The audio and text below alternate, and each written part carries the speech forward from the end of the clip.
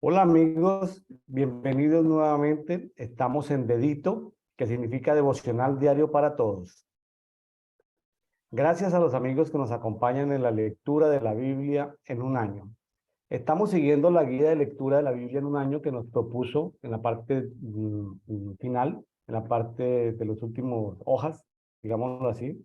La Biblia escrita en papel, porque la digital me dicen que no la trae, la Biblia versión Las Américas. Entonces, para hoy, 14 de marzo, nos proponen tres capítulos en Deuteronomio, Deuteronomio 23, Deuteronomio 24 y Deuteronomio 25.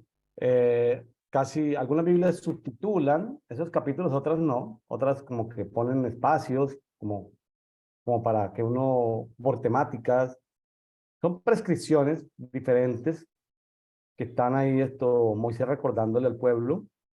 Y luego vamos a ver la primera parte del capítulo 14 de San Marcos, lo que tiene que ver con el complot, la unción en Betania, la traición, la celebración de la Pascua, la cena. Es un pasaje muy bonito lo de Marcos 14, la primera parte, del 1 al 26, porque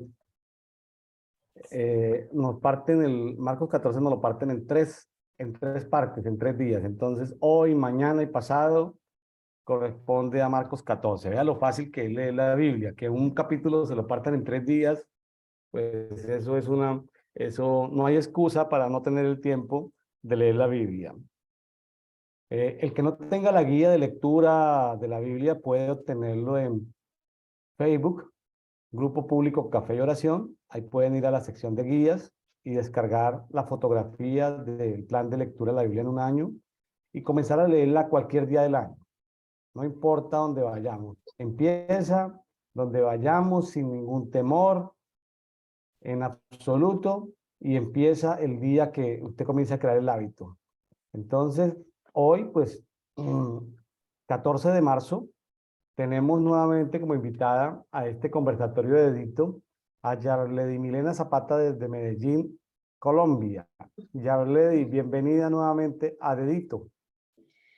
Hola, hola amigos, para todos, pastor, primeramente para usted, deseando que se encuentre muy bien, muy agradecida de estar nuevamente en este conversatorio, en este devocional y siempre, no me cansaré de decirle, una gran bendición para mí y sé que para la audiencia que nos escuche son espíritu y vida, las palabras de Dios transmitidas en este lugar. Yo me sorprendo cada día, es decir, yo ya no termino de asombrarme, eh, no termino de asombrarme, y le doy gracias al Espíritu Santo, que cada día me sorprende con algo nuevo. Pasajes que ya uno ha leído una vez, dos veces, 3 veces, vuelve y los estudia, y yo me quedo a veces quieto en oración, como tratando de no pensar en nada, como meditando en esa palabra. Y es bonita la riqueza que va teniendo uno cuando uno deja reposar como el alma, la mente, tantos pensamientos, tanta cosa, tanta noticia, como entrar en esa quietud, tratar de tener como ese alineamiento. No le llamo meditación, nada de ese término, le llamo como alineamiento de mi alma, como un alineamiento donde descanso mis pensamientos y me sorprendo de ver eh, día a día. No deja el Espíritu Santo de sorprenderme, no deja de enseñarme cosas nuevas. Y eso pues es algo muy poderoso. Hay temas que uno nunca, como ministro del Evangelio, nunca predicaría. Estos son capítulos de prescripción, luego vienen de maldiciones en un monte, en otro monte de bendiciones.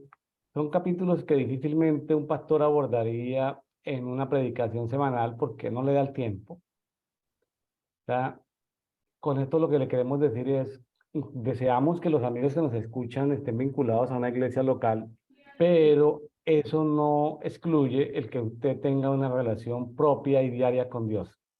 Independiente de los programas de su iglesia local o de su iglesia en casa, la lectura de la Biblia es algo personal, el tiempo de oración es algo personal, el devocional es algo personal. Si no lo deje de hacer, no lo deje de hacer.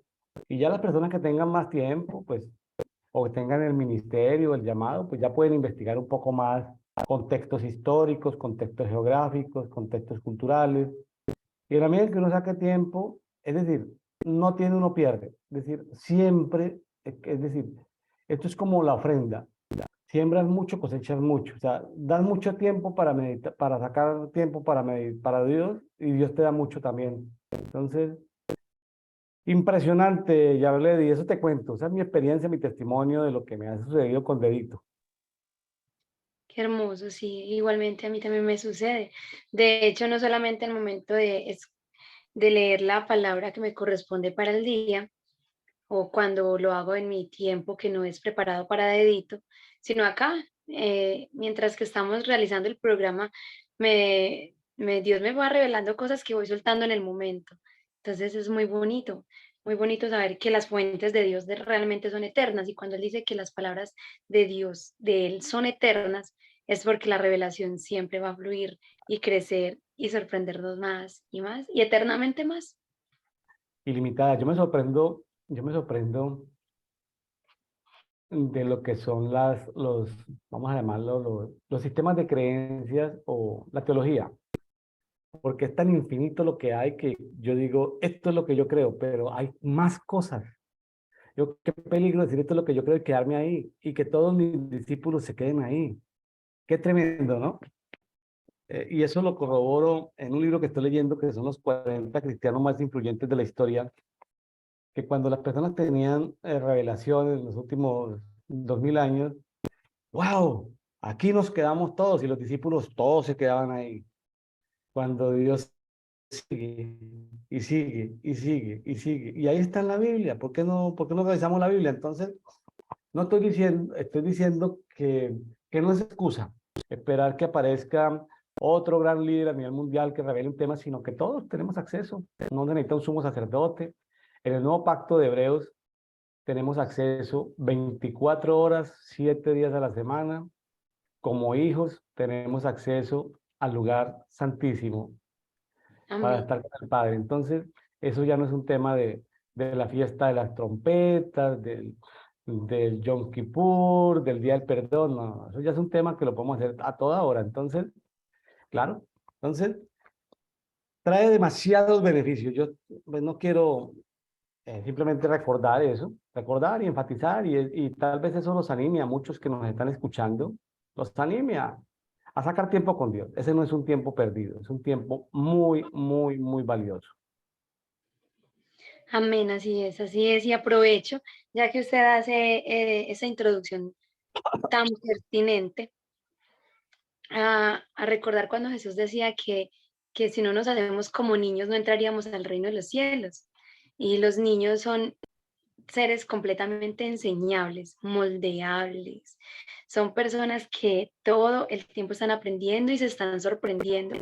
Y usted a un niño, y estoy hablando de un niño primera infancia, más o menos por ahí, digamos que hasta los 8 o 9 años, le va a enseñar un tema y el niño no va a decir, no, es que yo ya eso lo sé, no me lo explique. No, los niños se sorprenden y hacen las preguntas y están expectantes y tienen una actitud tan hermosa frente a todo lo que pueden experimentar, que desde esa óptica debemos acercarnos cada día más al Padre. Em, Estos días he estado viendo a ciertas personas, leyendo a ciertas personas que, que quieren debatir sobre temas, yo no sé si llamarlo triviales, pero a mí me causa un poquito de molestia, porque yo digo, en vez de estar peleando entre nosotros como iglesia, si este tema sí, si este tema no, si esto encaja, si esto no encaja, si se puede o no se puede hacer. Y la verdad, eso es como, yo no sé, como escuchar a los fariseos y a los, ay, Dios mío, a los que Jesús no quería en el Antiguo Testamento, que se vestían de sacerdotes, pero hoy en versión diferente. Perdónenme que lo diga así, pero yo lo siento así. Yo que hago las parábolas con los niños, yo lo siento así. Yo diría que es como ir más bien como unos niños y bueno, hasta aquí yo he aprendido así, vamos a ver qué me revela el Espíritu Santo. Y, y buscar más que enseñarle a otro mi teología, mi revelación, mi posición, mi experiencia y casi que imponérsela. No, miremos no a la iglesia, sino hacia los que necesitan de Dios y evangelicemos, llevemos las buenas nuevas. Ese tiempo que invertimos en querer cambiar al hermano, en que piense como yo, invirtámoslo en el perdido que piense como Jesús, que conozca a Jesús. Me parece más productivo y perdemos como, como esas vestiduras de religiosos. Lo digo porque lo he experimentado estos días y lo tenía que decir, porque así lo sentía de parte de Dios. Entonces lo suelto allí. Bueno, bueno, respetable lo que opinan. Sí, eh, hay veces, a ver, ya lo que pasa es que, le hago ciertos distingos. En dedito le damos la vuelta a la Biblia, todos los temas, Sí. en dedito. Si tú estás en un ministerio especializado, profético, apostólico, Dios les da un libro para todo el año, ya que la gente que está ahí se queda en ese año, pero porque esa gente ya le da porque esa gente tiene un tiempo devocional muy fuerte con Dios, entonces ellos ya le dan la vuelta solitos, sin que nadie se los diga. ¿Hago entender? Ellos se quedan en un solo libro. O hay congregaciones que se quedan en un solo tema, porque Dios los tiene durante un tema, o una ciudad Dios la tiene, o un país Dios la tiene en un solo tema. Entonces, unos están en el evangelismo, otros están en otras acciones, otros están en otras acciones. Entonces uno simplemente lo que tiene que es, pues chévere, saber qué está haciendo el uno, el otro, respetar lo que está haciendo el uno del otro, el énfasis que Dios les está dando. Pero fíjense que en dedito lo que estamos es como aguas arriba, como más niños, lo que tú acabas de decir, más niños. Démosle la vuelta a la Biblia. Que Sí. los hermanos de tal nación están con tal temática, que los de otra nación están con otra temática, que los de estos equipos proféticos están en estas temáticas, que estos equipos apostólicos en estas temáticas. Chévere, o si los ve uno, oiga, pero si uno le da la vuelta a la Biblia, lo que pasa es que el peligro para un nuevo creyente de no leer la Biblia es quedar no como un discípulo, sino como un adepto, no como un discípulo del reino, sino queda como un adepto ministerio. ¿Me hago entender? Sí. O sea, el dedito lo salva, el dedito salva al Hijo de Dios, lo salva de convertirse en un adepto ministerio, Ujú. porque ser adepto ministerio no te salva nada, o sea, Ese y te impide de pronto tener una relación con Dios. Entonces, casi. dedito pretende darle la vuelta a la palabra. Aquí hay muchas posiciones, han pasado por aquí más de 70 personas diferentes, 16 nacionalidades, y yo tengo que ser tolerante porque como no soy un programa teológico ni académico, entonces no es del interés de que sea lo último, no. Hay personas que apenas han empezado a leer la Biblia y lo comparten, y gloria a Dios. Hemos tenido personas carismáticas católicas y no se han dado cuenta. Hemos tenido, Pastor William, usted es católico, está amigo de los católicos. No, es una persona que está leyendo la Biblia.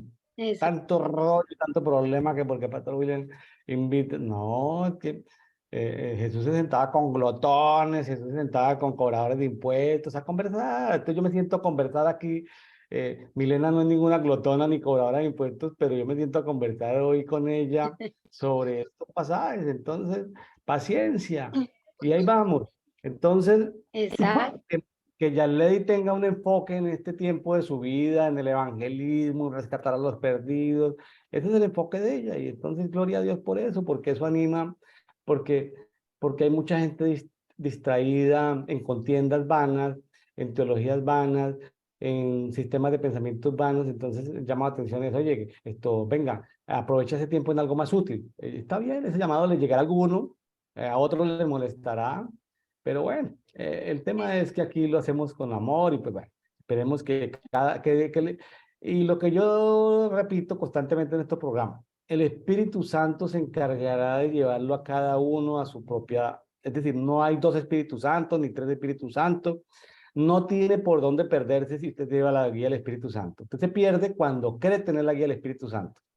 Se pierde la brújula, pierde el GPS, el geoposicionamiento satelital lo pierde si no tiene la guía del Espíritu Santo. Entonces, me acuerdo en un evento que hicimos aquí en este estado, unos actos proféticos. Éramos 3 personas en un auto, llevábamos una brújula y llevábamos pues en los celulares el Google Maps y en un poblado se enloqueció la brújula y el Google Maps. Entonces mis 2 compañeros se asustaron, yo me tranquilicé, un pueblito como de 30.000 personas porque teníamos que salir de ese pueblito para otro lado, me tranquilicé, me calmé y dije, es por allí.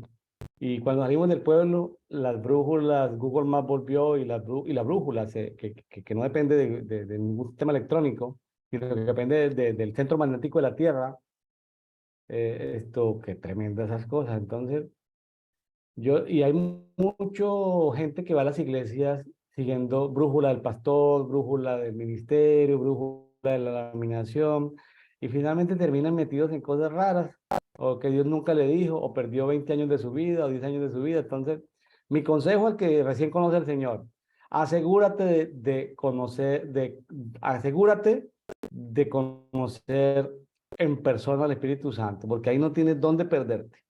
Eso es como mi consejo, ya le di muy respetuosamente para todos, Así es. porque uno el carisma, uno como ministro se asusta con el carisma y los dones y ministerios de otros ministros, pero tampoco es por eso. El Señor dice, mira, no es por los dones. Balaam profetizaba, sí, eso Ujú. no se asusta por eso. Eh, Mira sus frutos. Entonces uno dice, hay frutos, frutos, frutos. ¿Dónde están los frutos? Entonces, o sea, hay que tener paciencia, ya le digo. Uno a veces se impacienta, pero hay que tener paciencia. Con Exacto. el tiempo, ahora uno no está llamado a hacerle veeduría a todo el mundo, pero con el tiempo, eh, pues, con el tiempo, el Señor le tomará cuentas a cada uno y bueno, el Señor es el Señor. Entonces, Exacto. Entonces, bueno, entonces nos vamos con Deuteronomio 23. claro que sí. Entonces empecemos. Dice así, después de esta introducción tan bonita que nos va a llevar a celebrarnos y a bendecirnos entre hermanos. Excluidos de la asamblea, dice el título aquí en mi Biblia. Es una Biblia muy bonita, es de las Américas. Dice, ninguno que haya sido castrado o que tenga cortado su miembro viril entrará en la asamblea del Señor. Ningún bastardo entrará en la asamblea del Señor. Ninguno de sus descendientes, aún hasta la 10ª generación, entrará en la asamblea del Señor. Ninguna amonita ni moabita entrará en la asamblea del Señor. Ninguno de sus descendientes, aún hasta la 10ª generación, entrará jamás en la asamblea del Señor, porque no fueron al encuentro de ustedes con pan y agua en el camino cuando salieron de Egipto, y porque alquilaron contra ti a Balaam, hijo de Beor, de Petor, en Mesopotamia, para maldecirte. Pero el Señor tu Dios no quiso escuchar a Balaam, sino que el Señor tu Dios te cambió la maldición en bendición, porque el Señor tu Dios te ama. Nunca procurarás la paz ni prosperidad de ellos en todos tus días. No aborrecerás al edomita porque es tu hermano. No aborrecerás al egipcio porque fuiste extranjero en su tierra. Los hijos de la tercera generación que le nazcan podrán entrar en la asamblea del Señor. Hasta acá me llama mucho la atención y no sé si sea de pronto prudente, pero yo escuchaba una vez una predicación de un pastor reconocido, él se llama Cas Luna, y él decía, y me parece muy bonito, que en el Antiguo Testamento Dios ponía ese tipo de límites para las personas que estaban lisiadas, de que no entraran en la asamblea del Señor, pero que en el Nuevo Testamento vino Jesús y sanó los cojos, los enfermos, los mudos, para poderlos reconciliar de una forma más hermosa con Dios. A mí se me hace muy hermoso ese comentario que él hacía esa vez, porque Dios vino definitivamente en todos los aspectos, tanto en lo espiritual como en lo natural, a reconciliarnos con Él, a restaurarnos para llevarnos a niveles mayores y mucho más avanzados con Él. Me llama mucho la atención cómo Dios nos dice de no aborrecer al egipcio porque fuimos extranjeros en su tierra. Dios es un Dios definitivamente de gratitud. A pesar de que los egipcios hicieron guerra con, bueno, Faraón, contra el pueblo de Dios para salir, de todas formas, Dios permanece siendo grato porque allí su pueblo se hospedó años. Claro. Mire que hoy en día hay un acuerdo de paz entre Israel y Jordania. Muy Ujú. posiblemente en Jordania hay muchos edomitas y hoy hay un acuerdo de paz entre Israel y Egipto. Es decir, eh, ¿por qué los van a abominar? ¿Sí? Entonces, de alguna manera se cumple eso.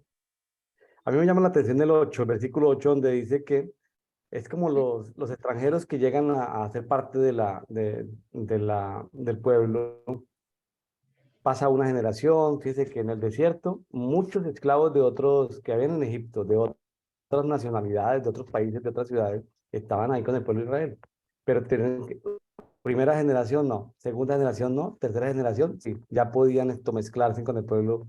O sea, si ya se podían casar, o sea, ya iban a ser absorbidos. ¿De qué tribu eres tú? No, yo soy extranjero, no. Después de tres, después de tres generaciones, como la gente que se va migrante a los Estados Unidos. Hay los de primera generación, luego los que nacen, los mexicanos que nacen en Estados Unidos le llaman chicanos, y luego los de tercera generación ya son los que nacen de los chicanos, o sea, de los de origen mexicano en Estados Unidos, entonces ya hacen parte y tienen todos los derechos, en fin, tienen como su sentido de lógica de aceptarlos, ¿no? Progresivamente. Interesante todo esto. Claro, y debe ser también por el cambio de mentalidad y de cultura, porque en una generación a veces, si no se tiene la mentalidad de niños que hablábamos en un inicio, es muy difícil soltar las costumbres y la cultura y adoptar una mentalidad diferente. Y obviamente las creencias, etcétera. Bueno, vamos para el ¿Sabe qué? versículo. ¿Sabe qué he creído yo mucho tiempo? Y aprovecho porque esa es una hipótesis mía, no hablar de revelación. Una hipótesis que yo tengo, William Neira, no me la ha Ujú. confirmado el Espíritu Santo, no, simplemente es una hipótesis que tengo leyendo este 8 de que lo mismo pasa en América Latina en el pueblo evangélico. En la América Latina, el pueblo evangélico eh, hay gente de primera generación, y en los últimos años han habido explosiones de avivamiento en Brasil, en Guatemala, en otros países. Hay gente de segunda generación y hay gente de tercera generación. Yo he tenido esas ideas, esa hipótesis, que, que o sea, es como que, como que, como que están siendo, como que son de ese olivo silvestre que están siendo insertados en el olivo principal, pero hasta la tercera generación. ¿Me hago entender? O sea, ¿por qué personas conocen del evangelio y pasan y sufren y se les acomodan las cosas? Luego sus hijos son fieles al Señor, ahí van, ya están limpios de iniquidades, y ya la tercera generación como que, wow, como que son como hipótesis mías de que este pasaje de Deuteronomio 23:8 se cumple hoy en día en los evangélicos de América Latina. En la tercera generación esa gente fluye en el espíritu, todo es esto poderoso. Sí, mi papá, mi mamá pagaron el precio, entonces, mis abuelos, perdón. Entonces, me parece que es como yo a veces lo asemejo, pero como te les digo, con todo respeto, es una hipótesis mía, no es algo validado, y lo comento porque pues ahí estoy en un conversatorio y pues alguien puede decir, oye, me llamó la atención lo que tú dijiste, me gustaría hablar contigo, o sea, yo también pienso lo mismo, ¿no? Yo creo que no sé qué, bueno, en fin, son hipótesis, porque yo no me quejo delante del Señor, yo cuido mi lengua de qué decir, pero yo sí me pregunto por qué no avanzamos más rápido.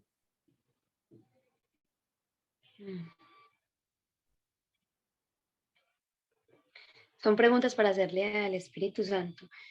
En mi experiencia, pues yo no tengo el plano tan amplio que tiene usted en cuanto a ver generaciones de cristianos crecer y sus vidas, sus testimonios y sus frutos, pero en lo poco que he podido ver, eh, una de los determinantes que yo veo definitivamente es el encuentro real y cara a cara con Dios Es muy determinante para que un cristiano, o sea, se ponga la armadura y se ciña los lomos como es. Pero también es como un matrimonio, es de parte y parte, no solamente de Dios, ¿cierto? Sino también qué tan cansado estás y qué tanto ves el mundo como lo veía Pablo, como basura. Y qué tanto estás determinado sí o sí a transformarte y transformar tu generación, qué tanto te cansaste y te asqueaste del mundo. Entonces, pues, es mi perspectiva, pero una persona cómoda generalmente está cómoda y no se levanta como un guerrero a decir, no, hasta aquí con mi realidad y la cambio y la transformo y no descanso hasta ver lo que Dios prometió. Es difícil que una persona cómoda diga, pues asuma esa actitud. Lo puede decir, lo puede cantar, lo puede orar, pero estamos hablando de la actitud diaria de guerrero. Pero bueno, continúo más bien. Leyes diversas, versículo 9. Cuando salgas como ejército contra tus enemigos, te guardarás de toda cosa impura. Si hay en medio de ti un hombre inmundo a causa de una emisión nocturna, debe salir afuera del campamento. No volverá a entrar al campamento, pero al llegar la tarde se bañará con agua y cuando se ponga el sol podrá entrar de nuevo al campamento. Tendrás también un lugar fuera del campamento y saldrás allí. Y entre tus herramientas tendrás una pala y cuando te sientes allá afuera, cavarás con ella y te darás vuelta para cubrir tu excremento, porque el Señor tu Dios anda en medio de tu campamento para librarte y para derrotar a tus enemigos de delante de ti. Por tanto, tu campamento debe ser santo. Y él no debe ver nada indecente en medio de ti, no sea que se aparte de ti. No entregarás a su amo un esclavo que venga de ti huyendo de su señor, contigo a habitar en medio de ti, en un lugar que él escoja con una de tus ciudades, donde le parezca bien, no lo maltratarás. Bueno, acá yo veo un Dios en estos capítulos, un Dios de orden, un Dios de diseño, de lo que llamamos aquí pautas y rutinas, que nos enseña hasta lo más mínimo a ser ordenados, a ser puros, a ser santos, a estar en cada detalle, dándonos cuenta que cada detalle suma. Se dice que el pueblo más próspero es el pueblo de Dios, ¿verdad? Y lo estoy hablando pues en cuanto a nivel mundial. Los grandes empresarios y personas genios que han salido al mundo han sido del pueblo de Dios. Y uno de las culturas que yo veo que ayuda mucho es esa cultura de la limpieza, del orden, de el eliminar, del cuidar. Entonces aquí veo un Dios que definitivamente tiene una mentalidad muy organizada. Claro, algo que me llama la atención aquí está en el 13, el de con una palita abrir un hoyo, botar el excremento y luego taparlo. Fíjense que alguien puede decir, no, pero es que eso es lógico. No, a ver, lógico no es nada. Eh, Todas las naciones que habían ahí ocupando esa tierra no tenían esa cultura. Es decir, depositaban los excrementos al aire libre. Entonces, recordemos eso, ubiquémonos en el contexto. Israel tiene que desalojar 7 naciones de un territorio pequeño, pero hay 7 naciones poderosas. Cuando Dios habla de cosas que a nosotros nos dicen, ay, pero era porque ya lo practicaban era culturalmente que lo vivían. Entonces, cuando algo se nota es porque hay que cambiar la cultura. Entonces es por eso, que hay que cambiar la cultura. Ya algún investigador de salud pública dirá quién descubrió, quién fue el primero en abrir hoyos para botar el excremento humano, no lo sé. Eso ya que se lo dejo a los especialistas en salud pública, en higiene.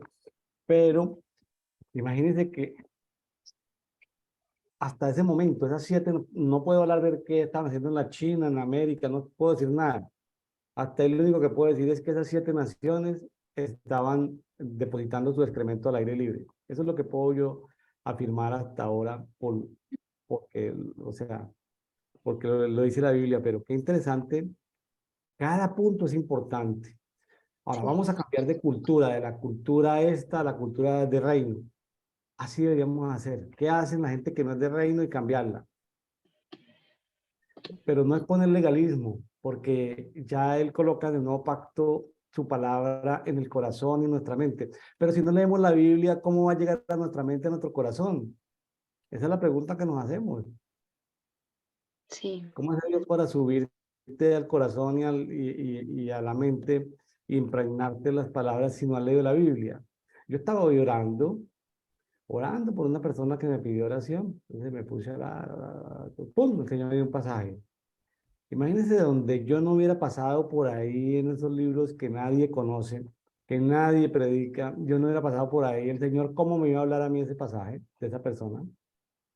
Entonces, o sea, hay que leer la Biblia, hay que estudiar la Biblia. Así que no podemos hablar de oración espirituosa. ¿Cuál es la oración espirituosa? Sin haber leído la Biblia. Es decir, la oración con esencia es oración fundamentada, porque entonces yo ya me fui a ese versículo y dije, Señor, como dice en tu palabra, y guau, como que moñona, ¿sí? Y la hicimos. Entonces, amigos, esto de leer la Biblia no es religión, no es legalismo, es simplemente una disciplina, unos hábitos para que cuando oremos, oremos mejor. claro, y más efectivamente, es que el mundo espiritual y el mundo de Dios está fundamentado sobre su palabra, sobre su palabra. ¿Por qué fue destituido Satanás? Por la justicia de Dios, por la palabra de Dios, por el orden de Dios. ¿Y cómo vino luego Satanás a robarse el derecho legal? Con la palabra. Pues obviamente la tergiversó, la distorsionó cuando se presentó a Eva, ¿cierto? Y allí robó todo lo que Dios nos había dado de cierta forma, y eso ya lo sabemos. ¿Cómo Dios se manifestó de ahí en adelante a todo el pueblo siempre? Con su palabra, estableciendo diseños, mostrando lo que había en el cielo para que se hiciese en la tierra. Cuando vino Jesús, ¿cómo quiso el enemigo robarle lo que ya sabía que sí o sí ya Jesús iba a recuperar para nosotros con la palabra de Dios? Pero Jesús le decía, escrito está, Satanás, escrito está. Y cuando Jesús vino, no vino, ay, pueblo de la tierra, imagínense que yo allá en el cielo me como unos manjares que son como el maná. No, Jesús vino a establecer la palabra y los diseños de él. Y cuando uno ve a todos los patriarcas orar, uno no los ve orando como Señor, mira la realidad de Corinto, de Éfeso, con Diana, de los Efesios. No, uno los ve estableciendo la palabra de Dios, porque hay un juicio continuo en el cielo. Por eso el Padre se llama el juez justo y Jesús nuestro abogado, porque hay un juicio. ¿Y cómo se hace un juicio? Con evidencia legal. ¿Y cuál es nuestra evidencia legal? La palabra. Entonces, o sea, orar conforme a nuestro corazón, sí, es bonito porque Dios ama nuestra alma y nuestro corazón, pero para poder jalar los diseños y establecer lo que Dios nos dio, tiene que ser por medio de esta palabra. O sea, las evidencias legales que nos van a dar esa, esa accesibilidad a obtener lo que Dios ya nos dio es con la palabra de Dios. Entonces, es desde esa óptica que debemos orar. Así es. Bueno, 17. Ninguna mujer de Israel será ramera de culto pagano. Tampoco ninguno de los israelitas será sodomita de culto pagano. No traerás la paga de una ramera ni el sueldo de un perro a la casa del Señor tu Dios para cualquier ofrenda votiva, porque los dos son abominación para el Señor tu Dios. No cobrarás interés a tu hermano, interés sobre dinero, alimento o cualquier cosa que pueda ser prestado o a interés. Podrás cobrar interés a un extranjero, pero a tu hermano no le cobrarás interés a fin de que el Señor tu Dios te bendiga en todo lo que emprendas en la tierra que vas a entrar a poseerla. Acá me llama mucho la atención lo del, pues sí, sabemos lo de la mujer pagana, lo de Dios cómo aborrece el pecado, no el pecado, ¿cierto? Sí, mucho se ha dicho que Dios nos ama a todos, pero quiere que nos ordenemos y abandonemos el pecado. Lo de la ofrenda. Estos días hablaba yo con el pastor de la congregación donde asisto, los pastores, y hablamos, bueno, ¿y qué se puede hacer con esas ofrendas si llegase a venir algún día un narcotraficante? Y dice, mire mi ofrenda de tantos millones de pesos. Y es eso lo que dice la palabra de Dios, es abominación, es abominación. Y cuando la iglesia se deja corromper, la ciudad se corrompe. Pero si la iglesia dice en un momento, eso no es agradable delante del Señor, nosotros no vamos a participar de ese culto, así sea con los ceros que sea, la iglesia es justa delante de Dios.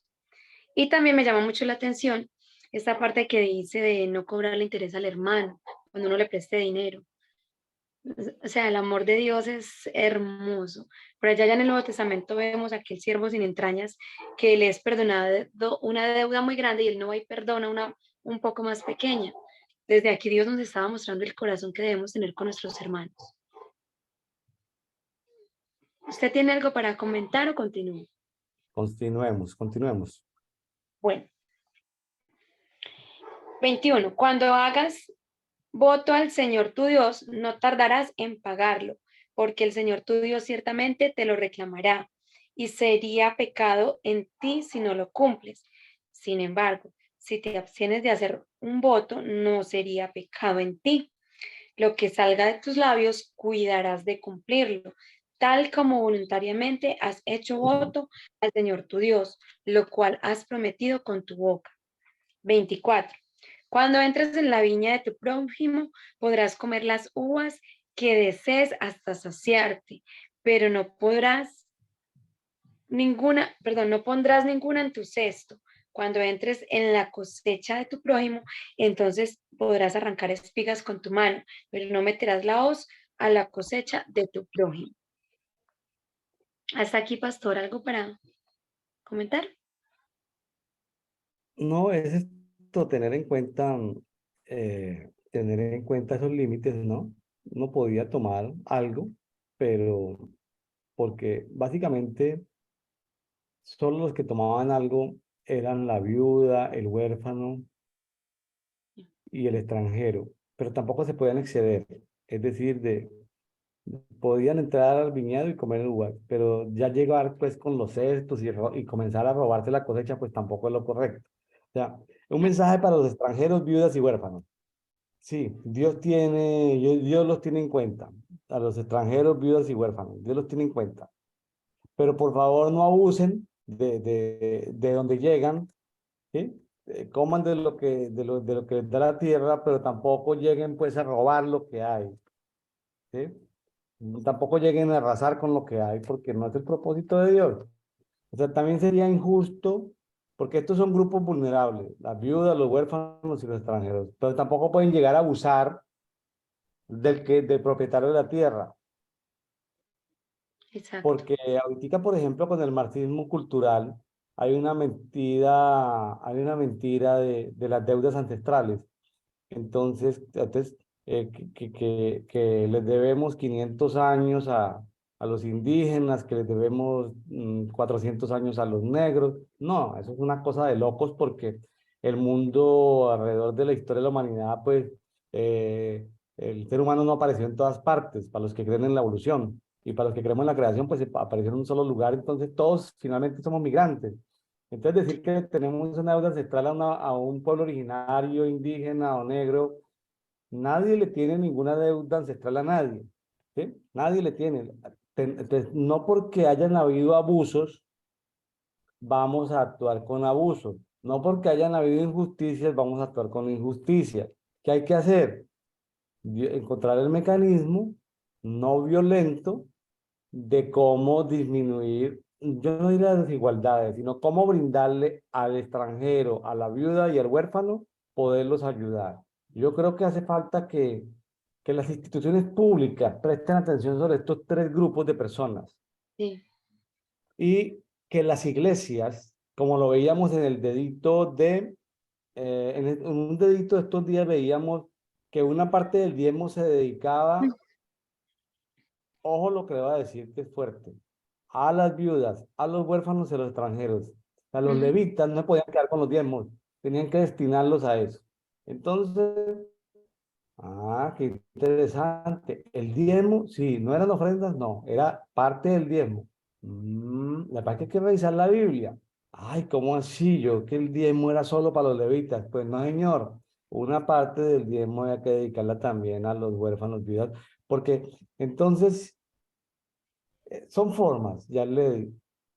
Sí, Uno a veces no puede llegar a una congregación y alzar las manos, llorar y salir a las 2 horas contento. Alguien tiene que revisar, fíjese, quiénes son los huérfanos, quiénes son las viudas y quiénes son los extranjeros de ese lugar. Y así es. esa comunidad, mm, si no es capaz de llevarlos a un mínimo nivel básico, la comunidad, eso no es cuestión del Estado, ni ir a hacer una marcha, no, no, no, no, no. Si esa comunidad no es capaz de satisfacer esas necesidades, no estamos hablando pues de nada. O sea, si esa comunidad no está en capacidad, pues cierre y apague, apague y vámonos. Sí, Es, es confrontante, es confrontante, porque esa palabra sí tiene aplicación el día de hoy, sí tiene aplicación el día de hoy. Claro que claro. sí. Usted me hace acordar cuando yo por primera vez estaba leyendo la Biblia, la primerita vez, cuando yo llegué a Hechos, Dios, para mí fue como, o sea, fue muy hermoso, pero también yo me preguntaba, ¿y por qué? Pues en lo poquito que yo podía ver, me preguntaba desde una perspectiva como, Dios mío, ayúdanos a ser como eran los de Hechos, que realmente atendían al pueblo, realmente se despojaban y eran uno en todo el sentido de la palabra, en un mismo pensar, un mismo sentir, un mismo tener. Pues a mí me marcó y realmente yo sé que para allá vamos, porque Dios está restaurando todas las cosas y con todos los avivamientos que está haciendo, sé que Él está restaurando todas las cosas para que volvamos a hacer eso como Él sueña, uno, en Él como Él y yo, como Él y el Padre son uno. Entonces ya le estaba diciendo tal como Jesús lo dijo allá en Juan 17. Bueno, me llama mucho la atención lo del voto, la importancia, como decía Jesús, si mi sí es sí, si mi no es no, y si prometo algo lo cumplo, o si no me quedo más bien calladito porque no es bueno. No es bueno no ser una persona de palabra. Las palabras tienen un poder y una trascendencia impresionante. Y hay personas que nos los tomamos muy a pecho y creemos las palabras literal muchas veces. Bueno, vamos a... estamos vamos para el 24. Dice así, cuando alguien toma a una mujer y se casa con ella, si sucede que no le es agradable porque ha encontrado algo reprochable en ella y le escribe certificado de divorcio, lo pone en su mano y la despide de su casa, y ella sale de su casa y llega a ser mujer de otro hombre, si el segundo marido la aborrece y le escribe certificado de divorcio, lo pone en su mano y la despide de su casa, o si muere este último marido que la tomó para ser su mujer, al primer marido que la despidió, no le es permitido tomarla nuevamente como mujer, porque ha sido despreciada, pues eso es abominación ante el Señor. No traerás pecado sobre la tierra que el Señor tu Dios te da por heredad. 5. Cuando un hombre es recién casado, no saldrá con el ejército ni se le impondrá ningún deber. Quedará libre en su casa por un año para hacer feliz a la mujer que ha tomado. Ningún Luna 6. luna de miel a las fuerzas militares. Luna de miel para las fuerzas militares por un año. Sí, escuchen todas las fuerzas militares. Cuando uno de sus miembros se casen, Ay, un año sabático de luna de miel. Está no, escrito. muy bonito eso porque son tiempos de tiempos. Los tiempos, yo sé que, sobre todo cuando estamos en temas de parejas, siempre está el anhelo de los momentos gratos, pero hay cosas que obedecen a una época, o sea, no es lo mismo la luna de miel a destiempo que a tiempo, o sea, ahí está hablando de un año. Uno no Sí, puede pasarse de luna de miel toda la vida, es decir, me hago entender, solo dedicado a estar alegre la pareja. Entonces, pues claro que se comparte la sexualidad y todos estos temas íntimos, pero no es la misma manera. Entonces, eh, todo tiene un diseño y un orden, ¿sí? sí, Todo tiene un diseño y un orden. Entonces, qué bonito eso, qué bonito eso. O sea, me gusta eso porque lo veíamos hace creo que ayer. lo veíamos en parámetros de guerra. Cuando se iba a la guerra, habían ciertos requisitos o con ciertos condicionamientos para que los Ujú, soldados no fueran a la guerra. Se había sí, construido una casa y no la había ujú, estrenado. Se había hecho un sembradío, una viña y no había obtenido todavía la cosecha, o si se había casado. O sea, no se podía obligar a ese soldado a ir a la guerra. Y después de eso, les preguntaban, ¿alguno tiene miedo? Y si alguien decía tiene miedo, quédese. ¿Sabe por qué se quedaba?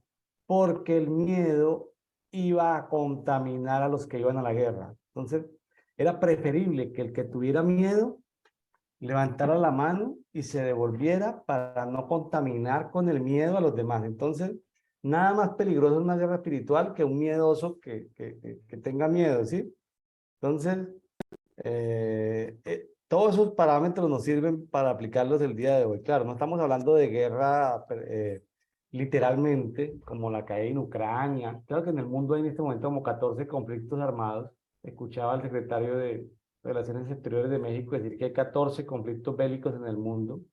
Lo ujú, escuchaban estos días de guerra. Y claro, no estamos hablando de eso. Estamos hablando de, en este tiempo, en el nuevo pacto, nuestra guerra no es contra personas, sino contra entidades espirituales, ¿sí? Cuando dice persona, la palabra dice que no es contra carne y sangre, o sea, no es contra personas, sino es contra los seres espirituales que se mueven detrás de ellos. Ya cuando decimos, o sea, no es que no nos guste tal presidente, ¿no? Eso es sino que cuando vemos que ese presidente lo han ungido los chamanes, de cuantos ujú, chamán, brujo y hechicero lo han ungido y le han sí, dado poder. Entonces, nosotros vamos es contra esas entidades que lo han empoderado, esas entidades que lo han empoderado para blindarlo y para poder ser tiránico. Y esas entidades toman control de la persona. Entonces luego salen los periodistas, ay, pero esto dijiste en campaña, y ay, esto es lo que estás haciendo. Una persona demonizada no entiende en qué prometió, qué dijo, nada. O sea, entonces, eh, nosotros vamos es contra las entidades espirituales que han demonizado a esos gobernantes, porque si esos gobernantes son desdemonizados, es decir, son liberados, pues van a poder ser buenos gobernantes. Así de sí, sencillo, ¿sí? exactamente, sí, señor. Acá no sé, me pregunto y me da por pensar, ¿qué tal que sea un diseño, lo de el año completo de luna de miel? ¿Por qué lo digo?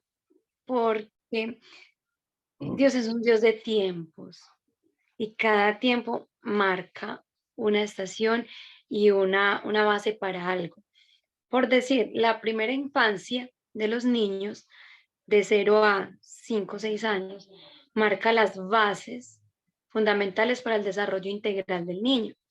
Entonces, si las bases del matrimonio se fundamentan durante esos 12 meses, en esos 12 pilares que serían los meses, debería, pues pienso yo, ¿qué tal que sea un diseño? Si fuese un diseño, entonces el consejo para todos los que estamos solteros y cuando ya estemos haciendo planes para el matrimonio, ahorrar para tener una luna de miel para un año, que Dios nos provea, sería muy lindo.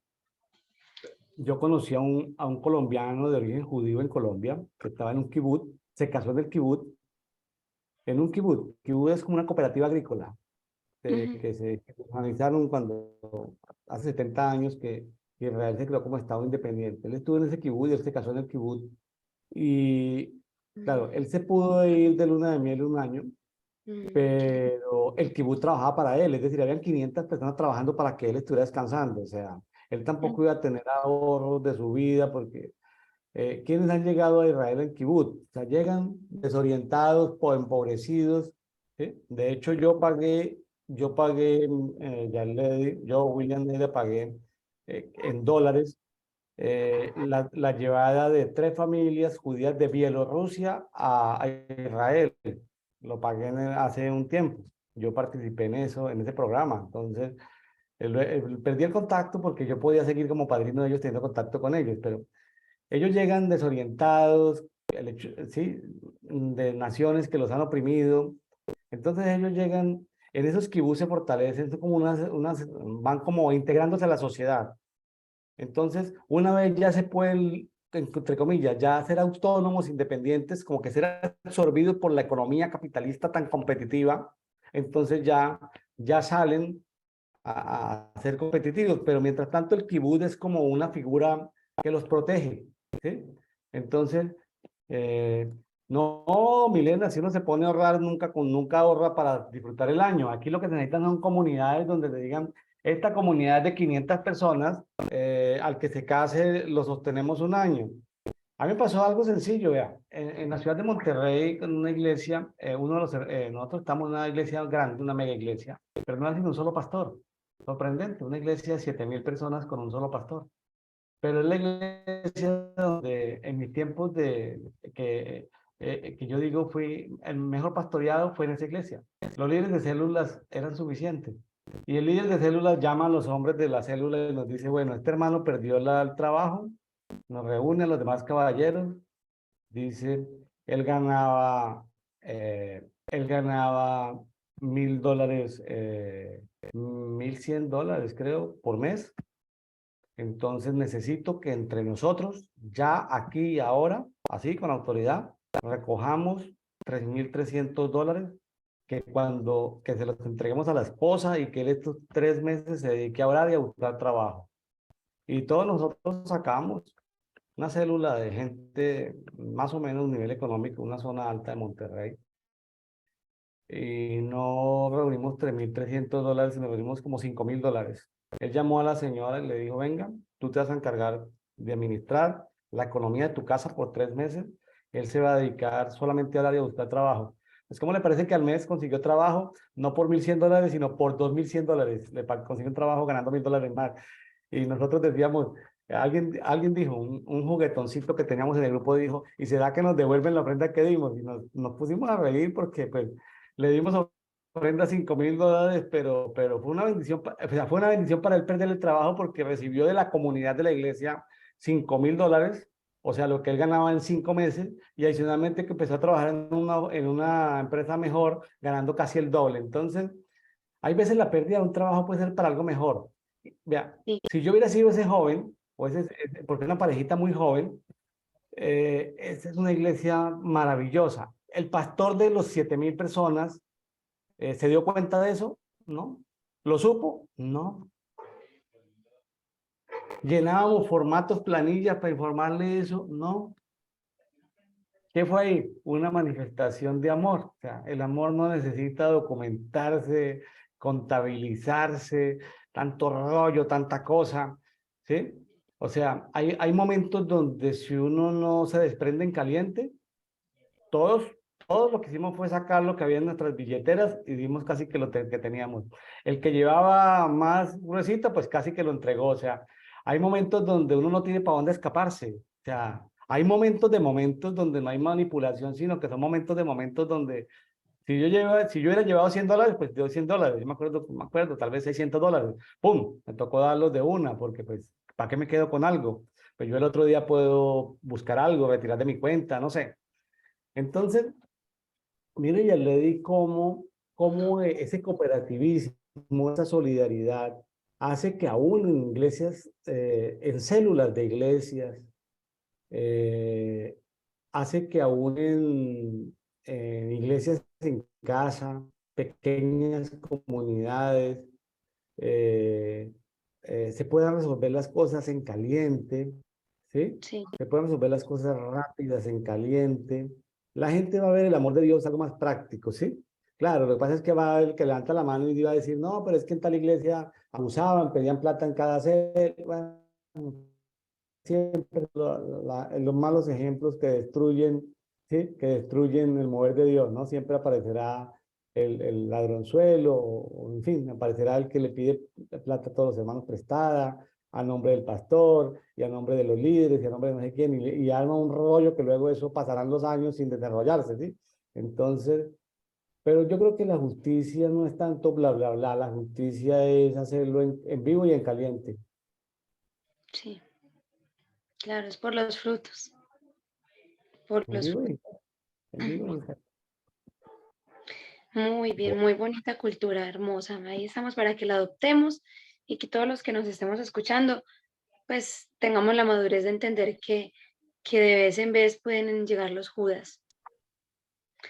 Versículo 6. Ninguno tomará en prenda el molino de mano ni la muela del molino, porque sería tomar en prenda la vida del hombre.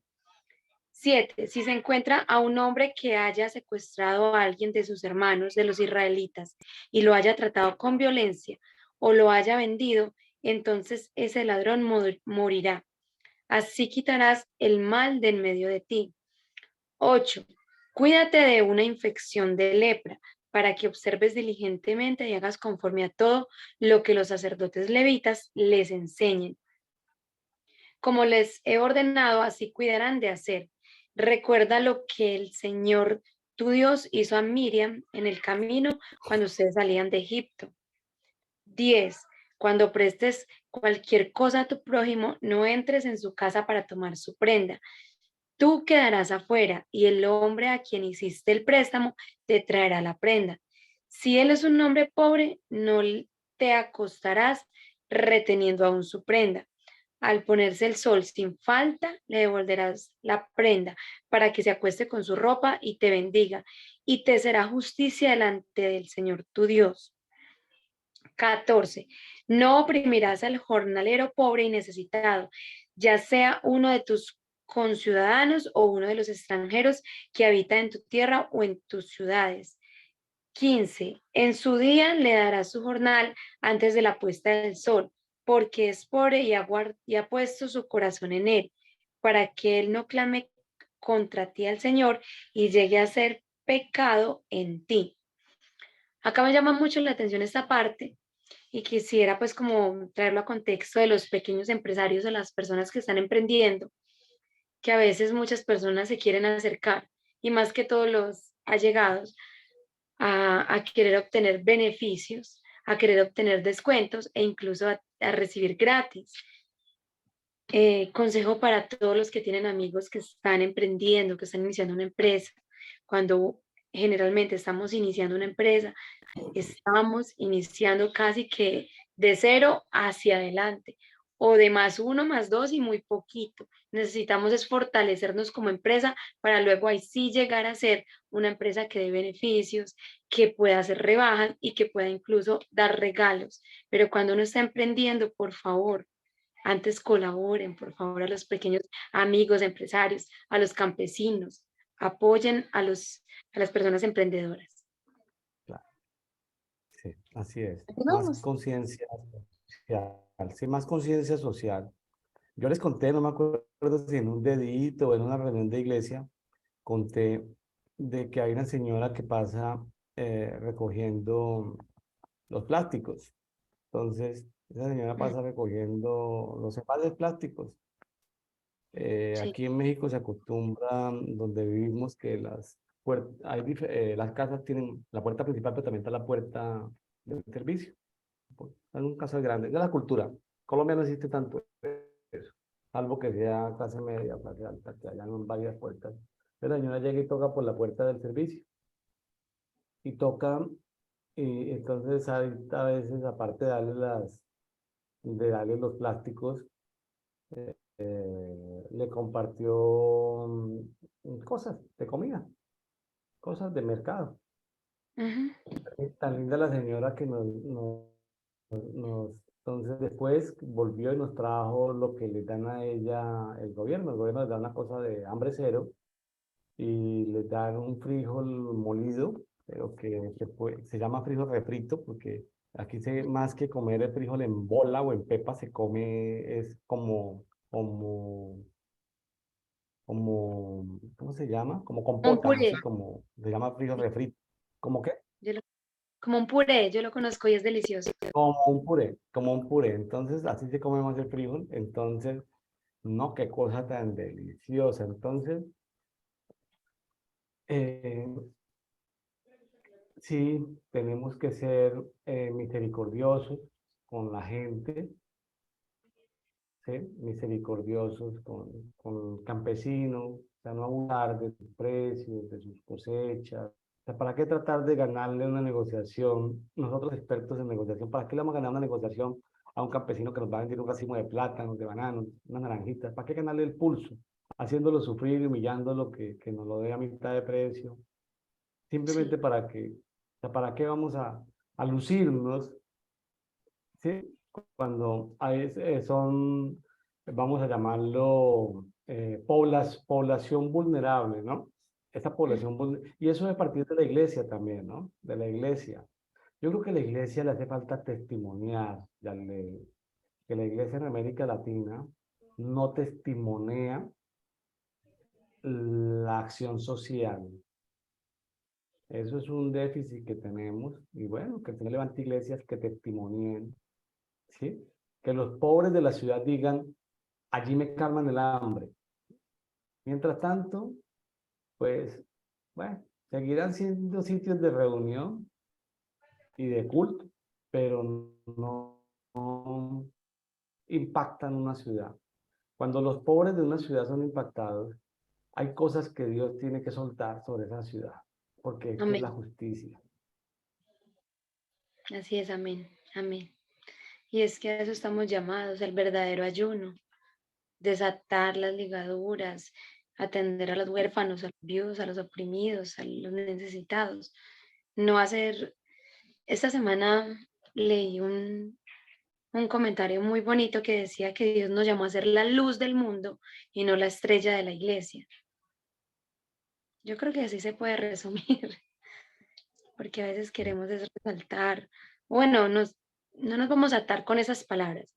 El enemigo quiere hacernos creer que llegamos al ministerio y al servicio para resaltar y para exhibir los dones, los talentos, las habilidades, cuando realmente vinimos a mostrar a Cristo y a llevar el poder y la manifestación de Dios, del reino de Dios, transformando las vidas de los necesitados. Eso es. Así es. Bueno, 16. Los padres no morirán por sus hijos, ni los hijos morirán por sus padres. Cada uno morirá por su propio pecado. No pervertirás la justicia de vida al extranjero, ni al huérfano, ni tomarás en prenda la ropa de la viuda, sino que recordarás que fuiste esclavo en Egipto y que el Señor tu Dios te rescató de allí. Por tanto, yo te mando que hagas esto. Cuando ciegues tu cosecha en tu campo y olvides alguna gavilla en el campo, no regreses a recogerla. Será para el extranjero, para el huérfano y para la viuda, porque para que el Señor tu Dios te bendiga, perdón, en toda obra de tus manos. Cuando sacudas tus olivos, no recogerás las ramas que hayas dejado detrás de ti. Serán para el extranjero, para el huérfano y para la viuda. Cuando vendimieres tu viña, no la repasarás. Serán para el extranjero, para el huérfano y para la viuda. Recordarás que fuiste esclavo en la tierra de Egipto, por lo tanto, yo te mando que hagas estas cosas. ¿Puedes seguir? Bueno, 25. Si hay pleito entre dos hombres y van a la corte y los jueces deciden el caso y absuelven al justo y condenan al culpable, si el culpable merece ser azotado, entonces el juez le hará tenderse y será azotado en su presencia con el número de azotes de acuerdo con su culpa. Puede darle 40 azotes, pero no más. No sea que se le dé muchos más azotes que estos y tu hermano quede desagradado ante tus ojos. No pondrás bozal al buey mientras trilla. Bueno, deberes para con la viuda, perdón, del hermano. 5, versículo 5. Cuando dos hermanos habitan juntos y uno de ellos muere y no tiene hijo, la mujer del fallecido no se casará fuera de la familia con un extraño. El cuñado se allegará a ella y la tomará para sí como mujer y cumplirá con ella su deber de cuñado. Y será que el primogénito que ella dé a luz llevará el nombre de su hermano difunto, para que su nombre no sea borrado de Israel. Pero si el hombre no quiere tomar a su cuñada, entonces su cuñada irá a la puerta a los ancianos y dirá, mi cuñado se niega a establecer un nombre para su hermano en Israel, no quiere cumplir para conmigo su deber de cuñado. Entonces los ancianos de su ciudad los llamarán y le hablarán. Y si él persistiese y dice, no deseo tomarla, entonces su cuñada vendrá a él a la vista de los ancianos, le quitará la sandalia de su pie y le escupirá en la cara. Y ella declarará, así se hace el hombre que no quiere edificar la casa de su hermano. Y en Israel se la llamará la casa de la sandalia, del de la sandalia quitada. ¿Algún comentario aquí? Claro. No, es algo cultural de esa época. Yo creo que eso ya ahorita no existe. No, ni que exista. Ya ahorita no existe esa práctica de que cuando muera alguien, entonces que pase a ser la mujer del hermano, no creo que aplique. No, no No, no, no. le encuentro como aplicación en este momento. Sí, yo tampoco, la verdad. Bueno, leyes diversas. Si dos hombres luchan entre sí, un hombre y su conciudadano y la mujer de uno se acerca para librar a su marido de la mano del que le golpea y ella extiende su mano y le agarra sus partes vergonzosas, entonces le cortarás la mano, ay Dios, y no tendrás piedad. 13. No tendrás en tu bolsa pesas diferentes, una grande y una pequeña. No tendrás en tu casa medidas diferentes, una grande y una pequeña.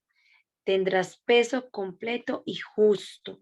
Tendrás medida completa y justa para que se prolonguen tus días en la tierra que el Señor tu Dios te da. Porque todo el que hace estas cosas, todo el que comete injusticia, es abominación para el Señor tu Dios.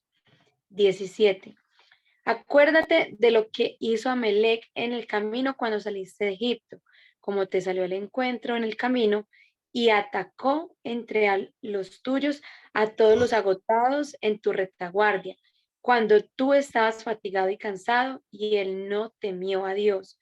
Por tanto, cuando el Señor tu Dios te haya dado descanso de todos tus enemigos alrededor, en la tierra que el Señor tu Dios te da en heredad para poseerla, borrarás de debajo del cielo la memoria de Amalek. No lo olvides. Listo, y así termina este versículo, este capítulo 25. Muy bien, pues ahí tenemos, estamos recordando temas que ya hemos visto, como lo de Amalek cuando atacó en la retaguardia a los que iban despacio, a los que estaban cansados y enfermos, y por eso Dios no les perdonó. Y a los que no salieron a recibir, a los que no le dieron paso al pueblo de Israel, ni le dieron agua ni pan, también los castigó. Hay cosas que a veces uno le incomodan a uno, pero a veces uno tiene que ceder, dar un vaso y dar un pan y a veces sin entender y dejar que pase. Ciertas cosas pasan. Entonces, interesante todo esto, muy bonito. Para mí Deuteronomio ha sido una maravilla. Yo estoy, pero en esta temporada de volver a revisar Deuteronomio, estoy muy contento. Han salido tantas perlas que yo digo, Dios mío, ¿a qué hora vuelvo a qué hora vuelvo a escuchar todos estos programas de Dicto? ¿Sí? Y alguien me dijo, no, tranquilo, que eso van a quedar ahí 10 años, 20 años, 30 años, 40 años, eso va a quedar ahí en las redes sociales. Eso hasta sus tataranietos podrán verlo en algún día, porque eso han salido tantas perlas que no ha habido tiempo de documentar, de escribir, y siguen saliendo. Entonces, pero de todo modo me ha sido algo muy, muy, muy hermoso. Han aparecido tantas perlas que, Dios mío, estoy asombrado. Bueno, Yarledi, pues muy bien. Nos podemos ir entonces a Marcos. Vamos a empezar el capítulo 14 de Marcos. Recordemos que Marcos principalmente fue discípulo del apóstol Pedro. Muchos comentaristas hablan de que debería llamarse el Evangelio de San Pedro, porque Marcos lo que hizo fue escribir lo que Pedro le dictaba y como Pedro se acordaba. Entonces, bueno, para que no lo perdamos de vista. Marcos era el escribiente, pero el que le dictaba era Pedro, ¿no? Entonces, para que no perdamos de vista como está escrito Marcos, porque uno se va encontrando estilos diferentes. Uno va encontrando estilos diferentes. Y es simpático, me gusta el estilo de Pedrito. Y ahí se refleja en Marcos como decíamos, el dedito. Pedrito nos llama la atención que a veces ha quedado relegado allá como opacado por las cartas del apóstol Pablo, pero las cartas del apóstol Pedro tienen una profundidad impresionante, unas profundidades y unas perlas maravillosas. Bueno, vamos a Marcos 14. Dice así: faltaban 2 días para la Pascua y para la fiesta de los panes sin levadura, y con engaño los principales sacerdotes y los escribas buscaban cómo prender y matar a Jesús, pero decían: no durante la fiesta, no sea que haya un tumulto del pueblo. Luego viene este subtítulo que dice: Jesús es ungido en Betania. Estando él en Betania, sentado a la mesa en la casa de Simón el leproso, vino una mujer con un frasco de alabastro de perfume muy costoso, de nardo puro, y rompió el frasco y lo derramó sobre la cabeza de Jesús. Pero algunos estaban indignados y se decían unos a otros: ¿para qué se ha hecho este desperdicio de perfume? Porque este perfume podría haberse vendido por más de 300 denarios y el dinero dado a los pobres, y la reprendían. Pero Jesús dijo: déjenla, porque la molestan.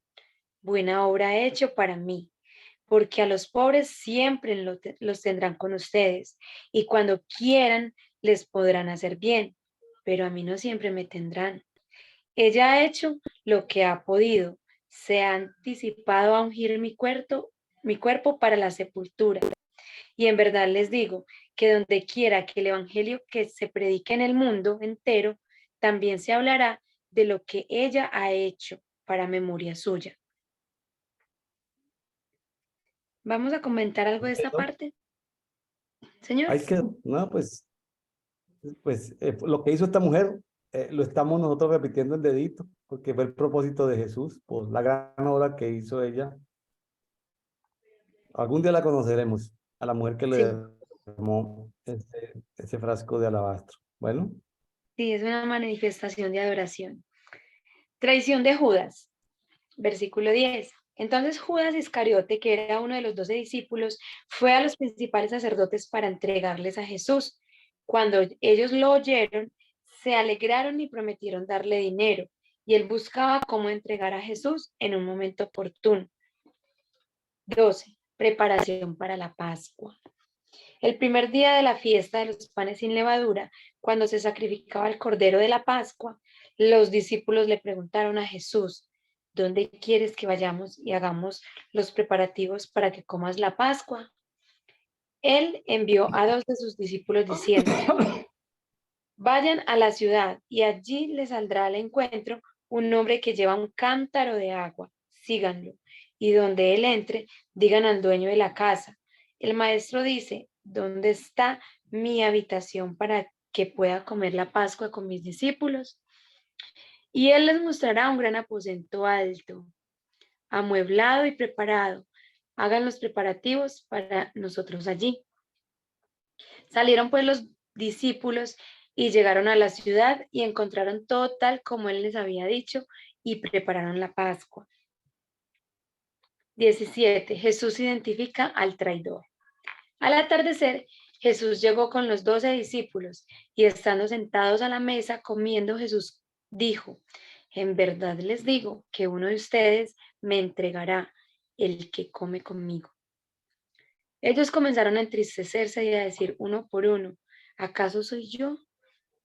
Es uno de los 12, les respondió, el que moja el pan en el mismo plato que yo, porque el Hijo del Hombre se va tal y como está escrito de él. Pero ay de aquel hombre por quien el Hijo del Hombre es entregado. Mejor le fuera a ese hombre no haber nacido. Creo que hasta aquí ya terminamos, ¿cierto? El día de hoy.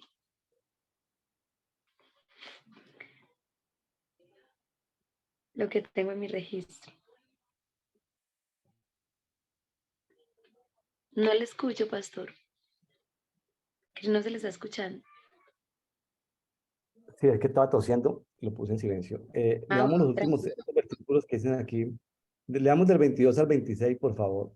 Bueno, Institución de la Cena del Señor. Mientras comían, tomó pan y habiéndolo bendecido, lo partió y se lo dio a ellos y dijo, tomen, esto es mi cuerpo.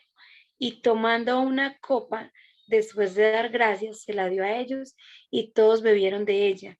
Y él les dijo, esto es mi sangre del nuevo pacto que es derramada por muchos. En verdad les digo que ya no beberé más el fruto de la vid hasta el día cuando lo beba nuevamente en el reino de Dios. Después de cantar un himno, salieron para el monte de los olivos. Luego, dice aquí, Jesús predice la negación de Pedro. No, Jesús hasta les... ahí, ¿Está ahí? Ah, bueno, hasta ahí. muy bien. Hasta ahí el día de hoy. Ya continuaremos el día de mañana. ¿Qué le llamó la atención de todo esto, Lady? Lo que hemos leído en Marcos. Siempre me llama mucho la atención la parte de cuando Jesús es ungido en Betania. Es muy hermoso. Y bueno, yo lo más que comentarlo es declarar que Dios nos lleva a ese nivel de saberlo ungir, de saberlo adorar, de saber preparar todo con tiempo y con revelación de los tiempos, de saber dar lo que es a cada quien, a Jesús cuando le tengamos, a los pobres cuando debamos, de darle al César lo que es del César y a Dios lo que es de Dios, pero siempre tener una actitud de adorar, de reconocer siempre que Él es nuestra Pascua, nuestra verdadera bebida, nuestra verdadera comida y que Él es nuestro todo, que Él se entregó por nosotros y que nos espera esa gran cena con Él, porque allá la volveremos a beber con Él, su Aquí Pascua. esto me llama la atención me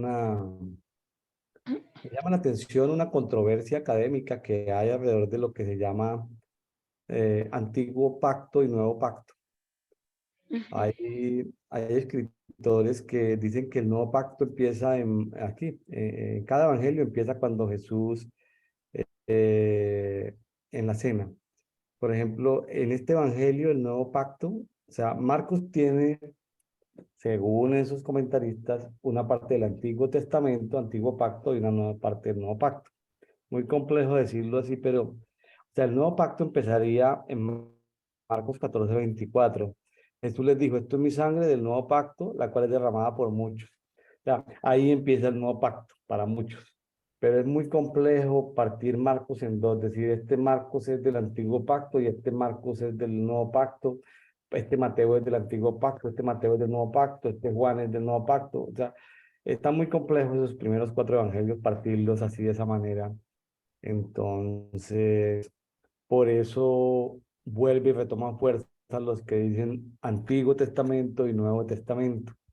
En fin, son discusiones académicas que las comentamos. Yo no tengo ninguna posición al respecto, simplemente la comento porque la he leído, la he estudiado, pero a mí lo que me... Y no, simplemente me quedo ahí, no tengo más elementos de juicio ni voy a dedicar mi vida a hacer de uno o de otro bando, ¿no? A mí lo que me interesa es cómo se cumplió la ley, los profetas, los salmos en ahí. Todo se cumplió ahí y cómo eso está disponible para nosotros hoy. Eso es lo que a mí me interesa, que puedo agarrar, que lo puedo hacer práctico. Eh, lo de que, lo otro, pues son discusiones académicas que escucho y no me veo obligado a tomar ninguna posición, simplemente las escucho, las comento y ya.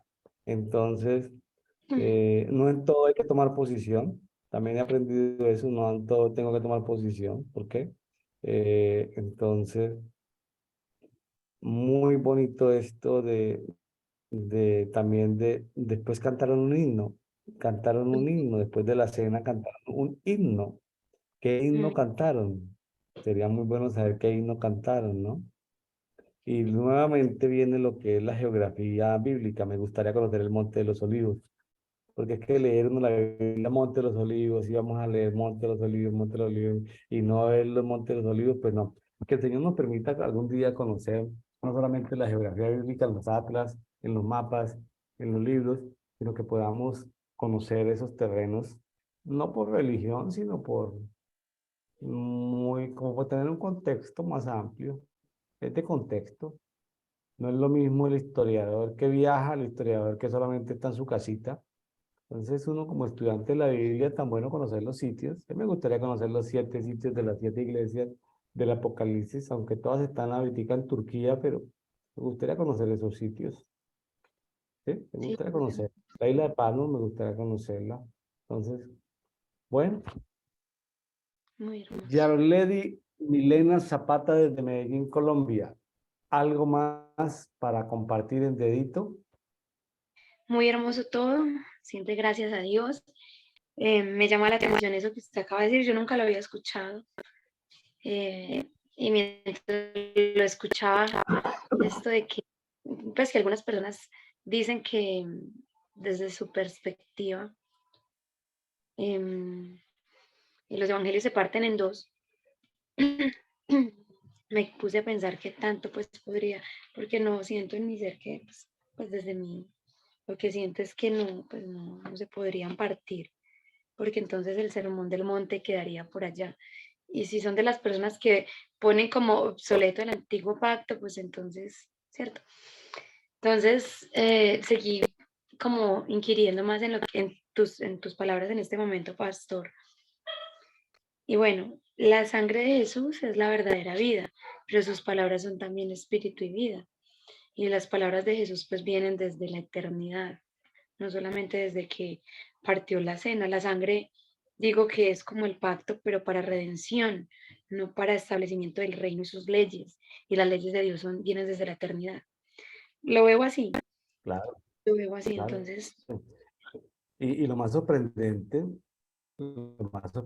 ya le di es algo que hemos repetido, yo lo he compartido una o dos veces, es que está en Judas 1, dice, y quiero recordaros, y entre paréntesis dice, como a conocedores que soy de todas las cosas, dice, quiero recordaros que Jesús, habiendo salvado al pueblo, sacándolo de la tierra de Egipto, después destruyó a los que no creyeron. Está hablando que fue Jesús el que sacó de Egipto, o sea, Jesús fue el que sacó al pueblo de Egipto, o sea, como Judas le explota el cerebro a todos, ¿sí? Porque fue Jesús el que sacó al pueblo de Egipto. Entonces, pero entonces ahí aparecen, ¿y dónde estaba Jesús? Pues era la roca, pues era la nube, pues era la columna de fuego, pues era el maná, sea, era el que hablaba, era el ángel de Jehová, o sea, todo era Jesús, todo el tabernáculo expresaba a Jesús, cada elemento tenía que ver con Jesús. En fin, es una cosa impresionante, todo el universo como concentrado en él, ¿sí? exacto, y todos los tiempos. Todo lo que existe en él. Entonces, si Jesús fue el que sacó a la gente de Egipto, bueno, en ese tiempo, vamos a llamarlo, pues sí, están en el pacto de la ley de Moisés, ¿de acuerdo? Eh, pero el nuevo pacto de Hebreos, que es donde todos tenemos acceso a ese nuevo pacto, reyes y sacerdotes, una nueva, allá no, ya en Hebreos no se habla de la tribu de Leví, y ahí, pues,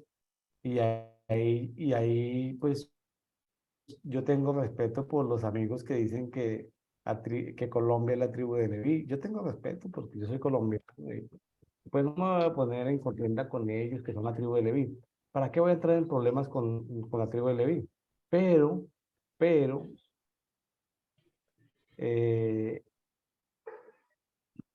yo personalmente, y digo, y le hablo a los que no son colombianos, Somos, somos, somos, en el nuevo pacto, somos de la orden de Melquisedec. Entonces somos reyes y sacerdotes de la orden de Melquisedec. A ver, el que se quiera quedar como sacerdote de Leví, pues quédese allá. O sea, la nube se movió. Yo creo que, no sé, pero tiendo a pensar que ser de la orden de Melquisedec es mucho más avanzado que ser del sacerdocio de Leví. Lo dejo ahí como para no entrar en contienda con nadie. Así es, sí, así es, así es. Entonces, Y pues para los que no sabían y estudian o dicen o comparten esta fe, esta creencia, esta revelación de que cada nación representa una tribu. En su momento, eh, 2008 precisamente, 2008, 2018, perdón, se hizo un acto muy bonito acá donde establecíamos a Colombia no como la tribu de Leví, sino como la tribu de Melquisedec, porque lo entendemos así como dice el pastor, es de un nivel más alto, porque ya no ser de un sacerdocio levítico, sino de un sacerdocio ya más de Cristo, más de lo que es Él. Ahí está el pastor para que le hagan todas las preguntas de cómo así Bueno, que vivo, cómo así que le vi, cómo así que Melquisedec, cómo así Colombia. Es bueno. algo muy hermoso. Ah, sí. Bueno, amigos que nos han acompañado el día de hoy, muchas gracias. Eh, como me decía alguien en estos días, Pato Wheeler, eso va a quedar ahí por muchos años en las redes sociales.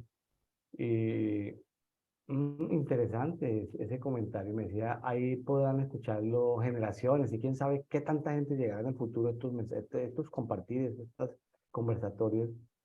Una manera en que te puede hacer que le llegue a la gente que usted lo conoce es Sí, comentar en las redes sociales, a veces, pues no tanto compartir en las redes sociales, pero por lo menos opinar en Facebook o en YouTube, colocar algún comentario, por lo menos para que la inteligencia artificial de estas redes sociales se le ofrezca a personas que estén buscando leer la Biblia y se lo ofrezca. Y en el pantallazo número 2 o 3, porque no estamos pagando, después de que la persona busca en la tercera página de las búsquedas de Mateo aparece nuestro conversatorio, pues gloria a Dios, le llegará a alguien y alguien le servirá. Entonces, gracias a los amigos que se toman esa molestia de escribir algo, de comentar algo, para para que el algoritmo pueda sugerírselo a otros posibles lectores o espectadores. Bueno, amigos de Café y Oración, muchas gracias. Dios les bendiga. Lógicamente, nos vemos mañana. hasta Chao, luego. ya, Lady. Bendiciones.